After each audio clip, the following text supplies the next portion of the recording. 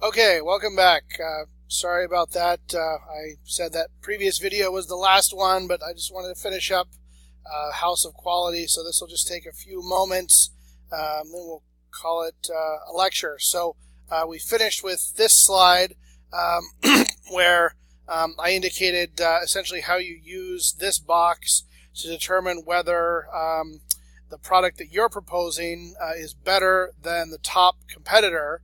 Remember, we determined the top competitor from the analysis over here in terms of being able to meet all the customer needs, and then we came here and used this analysis box to determine whether our design idea was better than that top competitor with respect to meeting all of the engineering requirements. So if you're comparing with the top competitor and beating them in terms of engineering requirements, then you probably have a superior product, and it's worth pursuing that for further analysis and eventually manufacture and sale. Okay, so the final piece of the House of Quality analysis is this section here in the middle.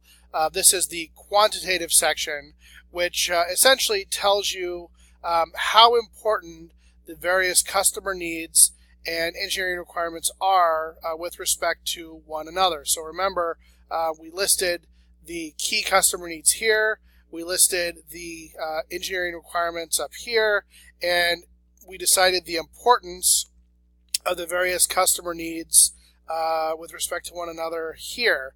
So what we're doing then in this red box is evaluating on a scale of 1 to 3, 1 being, it's actually, 0 to 3, 0 being no relation and 3 being a very strong relation between each customer need and each associated engineering requirement. Now remember, I've said this before, each customer need has to have at least one engineering requirement associated with it, but there can be multiple engineering requirements that go with each individual customer need, and because there is potential cross-coupling between engineering requirements, it's possible that an engineering requirement that wasn't originally intended to address a customer need can, in fact, have some influence on the ability to achieve that customer need. So what we need to do is come up with a series of numbers. Now this is essentially step 10 in this process. Remember that in step 10, you as the engineer use your engineering intuition to assign these values. So we're going to have numbers, but the numbers are based on engineering intuition. They're not strictly quantitative in that they can't be used really for any additional analysis that's quantitative. These are just qualitative comparisons. So what I'm going to do is look at the first customer need, which is that the lead won't break. Remember, that was the key driver for our new pencil design with the thicker 1.3 millimeter lead. And on my scale of 1 to 3, 3 being a strong connection, there's a very strong connection between lead won't break and the engineering requirement of large lead thickness. So I'm going to put the number 3 here to indicate that strong connection between lead won't break and large lead thickness. Here I'm looking at the connection between lead won't break and one-push actuation. There is no connection between those two attributes, and so I'm going to put the number 0 there to indicate that there's no connection.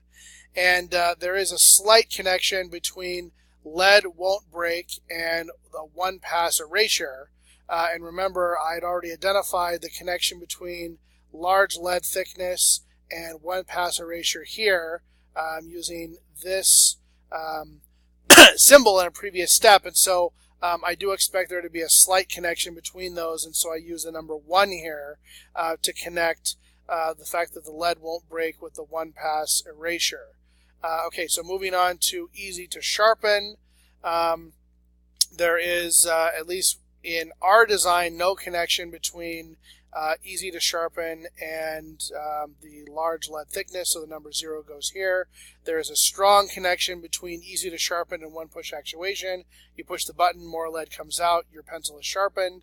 And there is a slight correlation between easy to sharpen and one-pass erasure. And remember, there is that connection that I indicated here. It's a negative connection, but I just say here that there's a slight a strength of 1 connection between one-pass erasure and easy to sharpen. Now, finally, in terms of ease of erasure, the thickness of the lead does have a slight connection for ease of erasure. So I'm going to put a 1 there. There's no connection between ease of erasure and one-push actuation.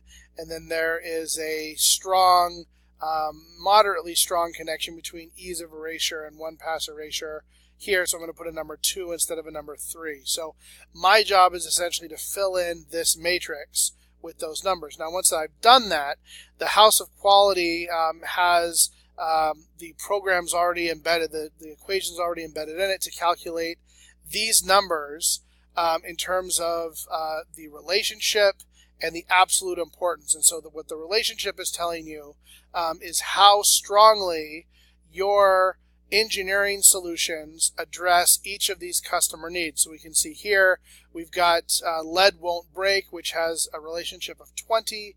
Easy to sharpen has a relationship of 12, and easy to erase has a relationship of 6.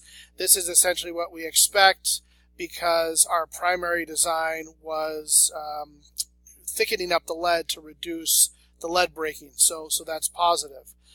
Here, in terms of absolute importance, we're essentially looking at how each of these design requirements, these engineering requirements, reflect back on the importance to the overall function of the design.